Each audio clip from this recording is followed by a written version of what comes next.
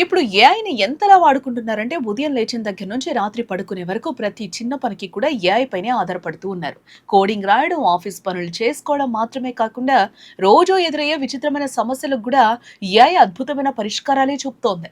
తాజాగా ఏఐని ఏ స్థాయిలో వాడుతూ ఉన్నారో తెలిపే ఒక సంఘటన జరిగింది.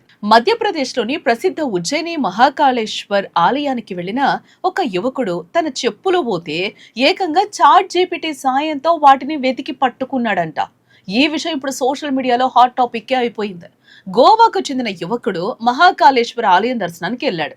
భారతదేశంలోనే చాలా రద్దీగా ఉండే ఈ ఆలయానికి ప్రతిరోజు కూడా వేలాది మంది భక్తులు వస్తూ ఉంటారు, పోతూ ఉంటారు. దర్శనం పూర్తి చేసుకుని బయటకు వచ్చిన యువకుడు తను చెప్పులు విడిచిన చోట తన ఖరీదైన క్రాక్స్ చెప్పులు కనిపించకపోవడంతో కంగారు పడిపోయాడు. వేలాది చెప్పులు పడి ఉన్న ఆ పెద్ద స్థలంలో తన చెప్పుల్ని వెతకడం అసాధ్యమని అనుకున్నాడో ఏమో. సాధారణంగా ఎవరైనా ఈ పరిస్థితిలో ఆసొదులుకొని వెళ్ళిపోతారు కదా. బట్ అతను అలా చెయ్యకుండా తన ఫోన్లో చాట్ జీపీటీ యాప్ ఓపెన్ చేసి తన సమస్యను దానికి చెప్పాడు.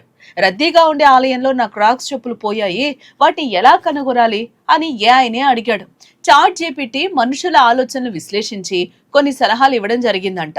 ఎవరైనా పొరపాటున ఆ చెప్పులు వేసుకుని కొద్ది దూరం వెళ్ళాక అవి తమవి కాదని గుర్తించి పక్కన పడేసే అవకాశం ఉందని చెప్పిందంట.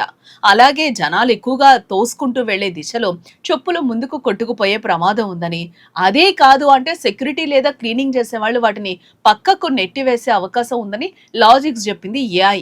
ఏఐ చెప్పిన సలహాలను పాటిస్తూ శుభాంగ్ ఆలయం చుట్టూ వెతకడం మొదలుపెట్టాడంట.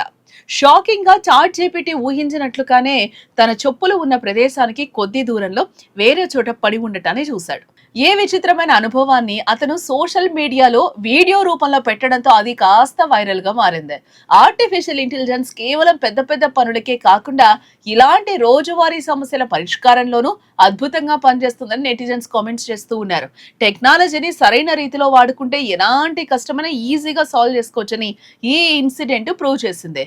మరి మీరు చాట్ జీపీటీని ఎలాంటి పనులకు యూజ్ చేస్తున్నారో తప్పకుండా కింద కామెంట్ చేయండి.